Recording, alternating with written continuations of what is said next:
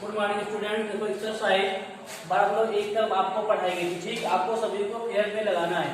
12.1 pair पे लग गया है तो 12.2 एक्सरसाइज 12.2 लगाना। और कोई भी सवाल अगर आपका छूटा है जो नहीं बताया गया तो आप कमेंट में पूछें। आप देखो, आपको कह रहे थे विविध ऐच्छिक प्रश्नावली पढ़ाई गई थी, सवाल नंबर 5 छूट गया था। किसका? विविध ऐच्छिक प्रश्नावली। विविध का जो है विविध प्रश्नावली थी, जो विविध प्रश्नावली जो थी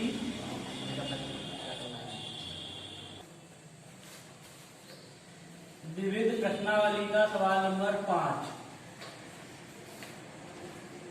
सबसे पहले देखो, अब सभी लोग सवाल किए। पहले लिखा है एक त्रिभुज की भुजाएं 20 सेंटीमीटर, 42 सेंटीमीटर और 34 सेंटीमीटर है। इसका क्षेत्रफल ज्ञात कीजिए। इसका प्रयोग करके सबसे लंबी भुजा के संगत ऊंचाई भी ज्ञात कीजिए। मान लीजिए कोई त्रिभुज एबीसी है, ए बी सी। एक भुजा 42 सेंटीमीटर है, एक भुजा 20 सेंटीमीटर है और दूसरी भुजा 34 सेंटीमीटर है। तो सबसे पहले हमें क्षेत्रफल, त्रिभुज का क्षेत्रफल पता हो, उसके बाद हम उसे संगत ऊंचाई ज्ञात कर सकते हैं।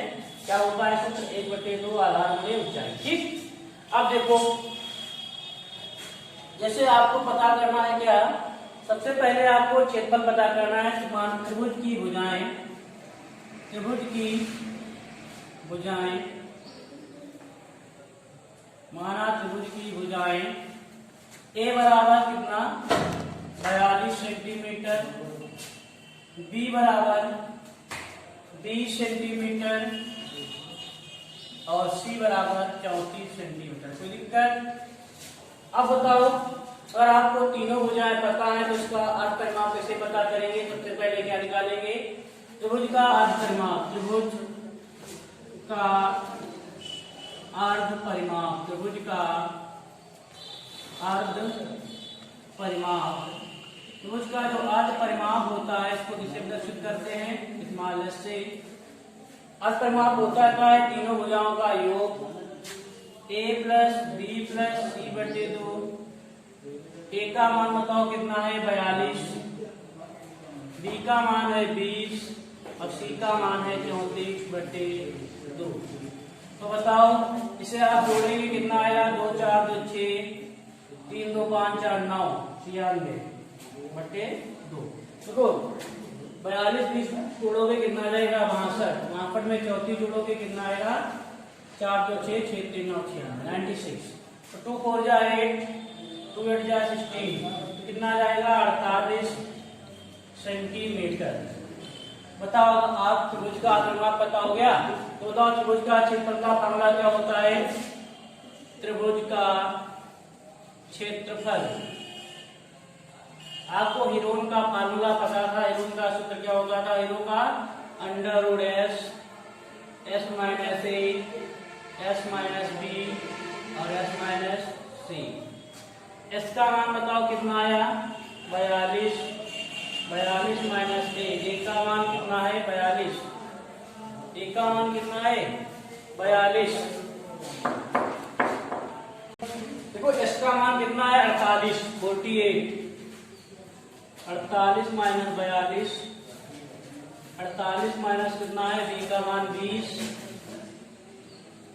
48 माइनस 34।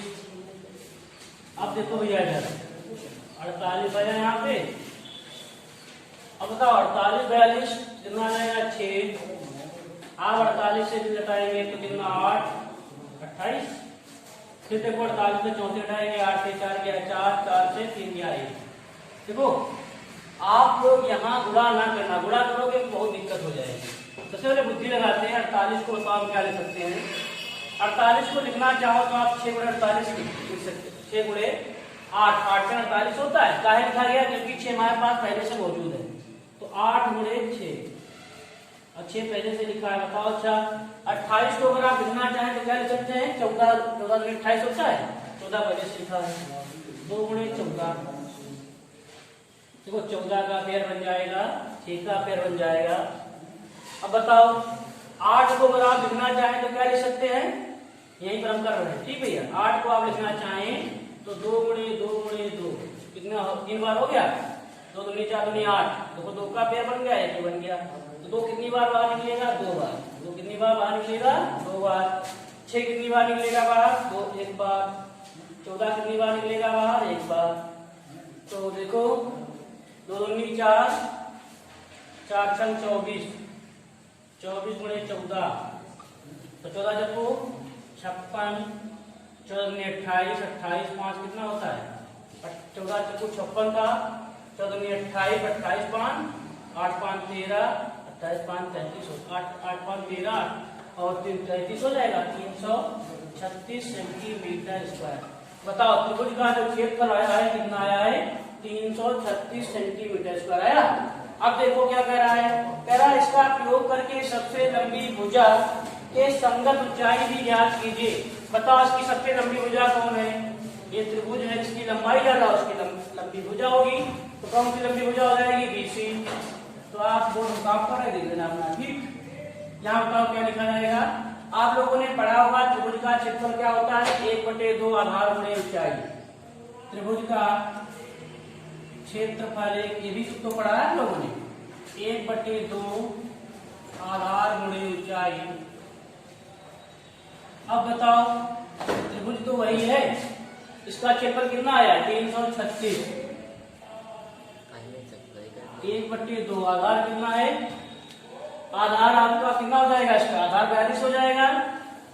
ऊंचाई आपको ज्ञात करनी है, तो 2 एकम 2, 2 दूनी 4, 2 एकम 2, तो कितना आ जाएगा, 336/31, 7 बराबर 6 3 9 3 12, 3 से कटेगा, 3 7 21, 3 एकम 3, 3 एकम 3, 3 दूनी 6, 7 से कटेगा क्या, 7 एकम 7, कितना बचा, 4 7 6 42, 16 37 112 होता है। h बराबर कितना आ जाएगा, 16 सेंटीमीटर। लिख दिया जाएगा, अतः सबसे लंबी भुजा की संगत ऊंचाई कितनी है, अतः सबसे लंबी भुजा की संगत ऊंचाई कितनी है, 16 मीटर। अतः क्या लिख दोगे, अतः सबसे लंबी भुजा की संगत ऊंचाई 16 मीटर, 16 सेंटीमीटर है, मीटर में लिया। ठीक, देखो त्रिभुज का क्षेत्रफल, देखो त्रिभुज का क्षेत्रफल हमें कितना पता था, 336। त्रिभुज का क्षेत्रफल होता है क्या, 1/2 आधार गुणे ऊंचाई, तो यहाँ से आपको क्या पता हो गया, 16 सेंटीमीटर। इसके बाद सवाल नंबर हमारे हिसाब से छूटा है 9। देखो एक खेत एक समांतर चतुर्भुज के आकार का है, एक खेत जो है समांतर चतुर्भुज के आकार का है। हमारे साथ सवाल नंबर 1 और छूटा है, कौन सा, सवाल नंबर 7। देखो बहुत सरल सवाल है, यदि एक त्रिभुज की प्रत्येक भुजा दुगनी कर दी जाती है तो इस प्रकार नए त्रिभुज और पुराने त्रिभुज के क्षेत्रफलों का अनुपात। मान लीजिए कोई त्रिभुज पहले क्या, मान लेते हैं कोई त्रिभुज की भुजा ABC, मान लीजिए कोई त्रिभुज की भुजा पहले कितनी है, A centimetre, B centimetre, C centimetre. उसके बाद क्या कर रहा है, दुगनी कर दें तो क्या आएगा, दुगनी कर दोगे तो 2A 2B 2C हो जाएगी भुजा। अगर आप इसका क्षेत्रफल निकालेंगे तो वही आएगा, under root S minus S minus B। बताओ, नहीं लगा के चलो बता रहे। ठीक, कह रहा है पहले सभी लोग लिख लें, यदि एक त्रिभुज की प्रत्येक भुजा दुगनी कर दी जाती है तो इस प्रकार बने नए त्रिभुज और पुराने त्रिभुज के क्षेत्रफलों का अनुपात। माना पहले त्रिभुज की भुजाएं, माना पहले त्रिभुज की भुजाएं, त्रिभुज की भुजाओं की लंबाई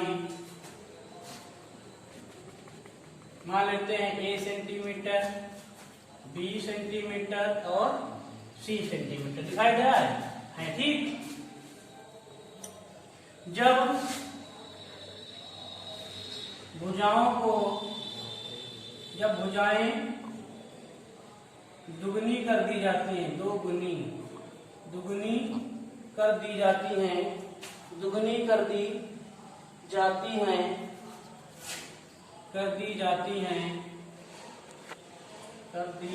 हैं तो नए त्रिभुज की भुजाएं बताओ। पहला त्रिभुज कौन था? पुराना त्रिभुज। नए भुजाएं कितनी रहेंगी? पहले ए थी तो दुगनी हो जाएगी, मतलब क्या? 2a 2b 2c centimetre.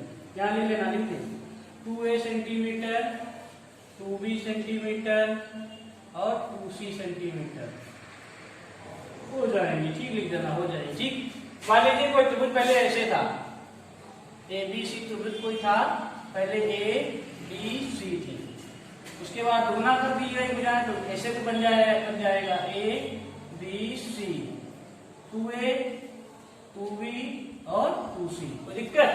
अब बताओ पुराने त्रिभुज का क्षेत्रफल माना ने पुराना नया दिया तो पुराना नया मान लीजिए। ठीक भैया, पुराने त्रिभुज की भुजाओं की लंबाइयां, और जब भुजाएं दूनी कर दिया त्रिभुज की भुजाइयां, तो कह रहा है पहले पुराने त्रिभुज का क्षेत्रफल और नए त्रिभुज के क्षेत्रफल का अनुपात। तो क्या लिखोगे? पहले लिखोगे पुराने त्रिभुज का अर्ध परिमाप, पुराने त्रिभुज का अर्ध परिमाप,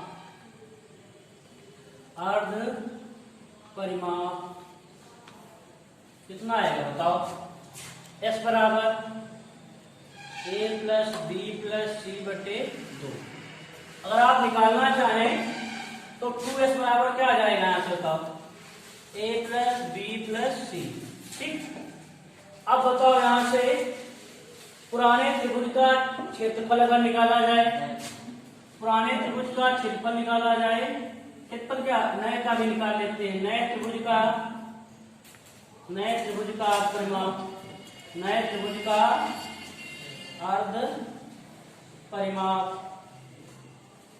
अब बताओ भैया, नए त्रिभुज का अर्ध परिमाप जो है पुराने त्रिभुज का तुमने S मान लिया है नहीं? क्या स्मॉल s माना है तो नए त्रिभुज का अर्ध परिमाप क्या मान लें? f' मान ले, कोई दिक्कत?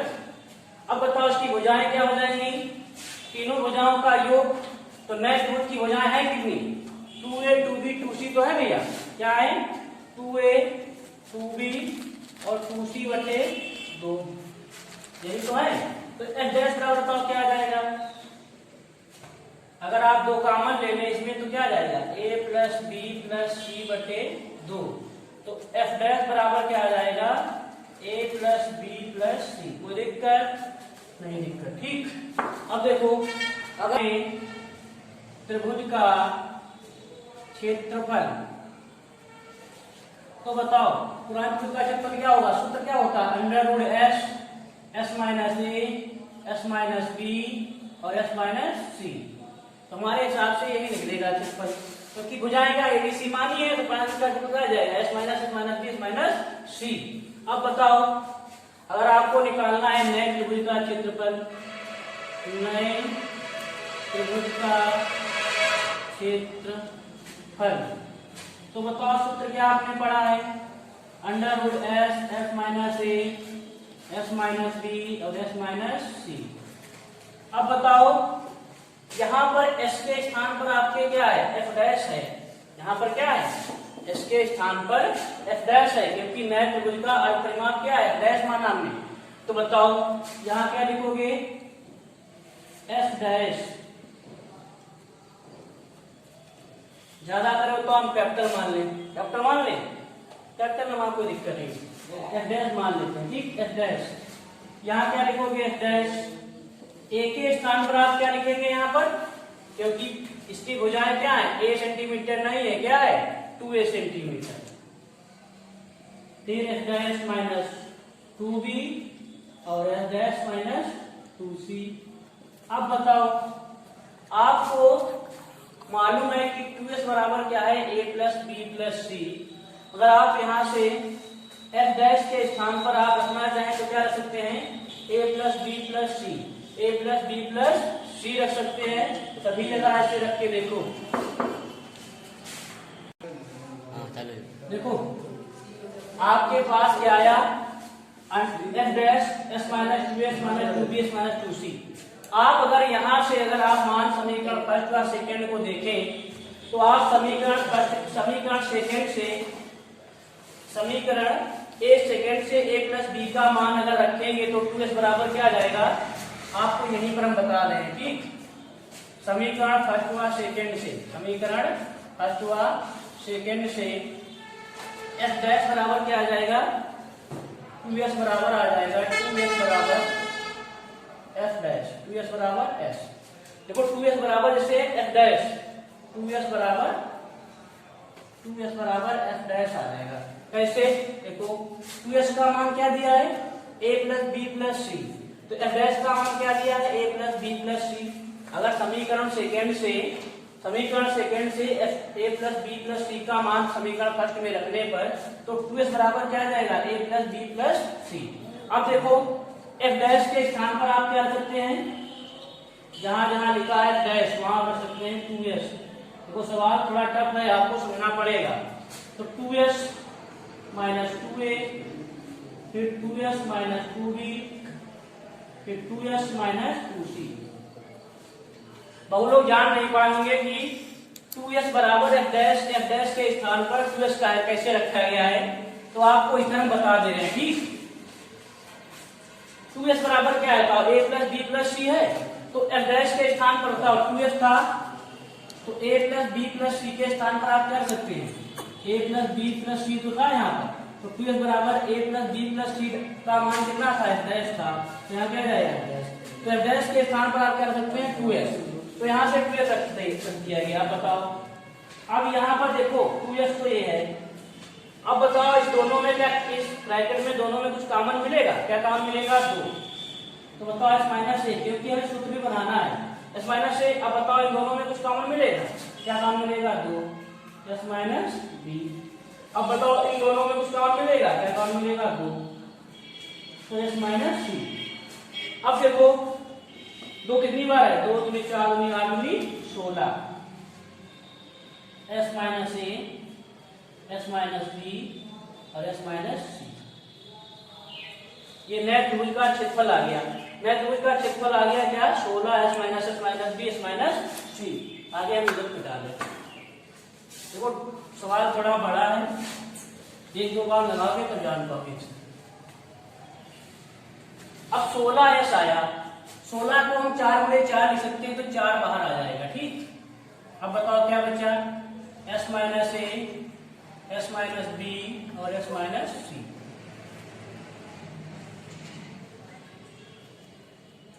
4 आप बाहर निकाल सकते हैं। ठीक, s minus b, s minus c, centimetre माना है तो सबका मात्रक क्या सेंटीमीटर स्क्वायर होता है, यहाँ भी क्या लिख देंगे, सेंटीमीटर स्क्वायर। अब देखो नीचे कुछ पूछ रहा है कि नए त्रिभुज और पुराने त्रिभुज के क्षेत्रफलों का अनुपात, तो अनुपात कैसे निकालते हैं, क्या लिखोगे, नए त्रिभुज का क्षेत्रफल, नए त्रिभुज का क्षेत्रफल बटे क्या लिखोगे, पुराने त्रिभुज का क्षेत्रफल। अब बताओ नए त्रिभुज का क्षेत्रफल कितना आया, ये नए त्रिभुज का क्षेत्रफल आया था, नए त्रिभुज का क्षेत्रफल क्या आया है, 4 under root s minus a, s minus b और s माइनस c। अब देखो इधर इसका पुराने का क्या आया था, s minus a, s minus b और s माइनस c, तो ये वाला पोर्शन कट जाएगा तो क्या जाएगा, 4 बटे क्या गया, तो अनुपात क्या जाएगा, 4 अनुपात 1। देखो इधर आपको थोड़ा समझना है, दिमाग भी लगाना है, क्योंकि विविध ऐसी प्रश्नावली है और वो भी एनसीईआरटी एग्जाम्पलर है। पहली बात तो आपके कोर्स में 9th में है नहीं, ठीक, लेकिन आप लोगों को बता दिया जाता है, आगे कंपटीशन में हो जाता है। तो आपको देखो यहाँ तक तो आप ये लाइन अगर नहीं समझ पाते हैं, ये f डैश बराबर 2s का है लिखा गया, हमने अभी आपको हल करके बताया था कि 2s बराबर f डैश का है लिखा गया। उसके बाद आपको एक कॉमन का आइडिया है क्योंकि हमें सूत्र बनाना है। आगे आपका क्या जाएगा, आता दो त्रिभुजों के क्षेत्रफल में अनुपात कितना आएगा, 4:3। देखो इधर आपको 2 सवाल बता दिए गए, कौन सा, 5 और 7, और आपको देखो एक्सरसाइज 12 तो आप फेयर कर चुके हैं। आज आपको एक्सरसाइज 12 जो है फेयर करना है। मात्र कितने सवाल, 1 से 6 तक, कितने सवाल फेयर करना है, 1 से 6 तक करना है। अगर आपको कोई भी सवाल डाउट है समझ में नहीं आ रहा है तो उसे पूछे जरूर, ठीक। 1 से 6 तक एक्सरसाइज कौन सी 12 नंबर 2, 1 से 6 तक आपको क्लियर करना है।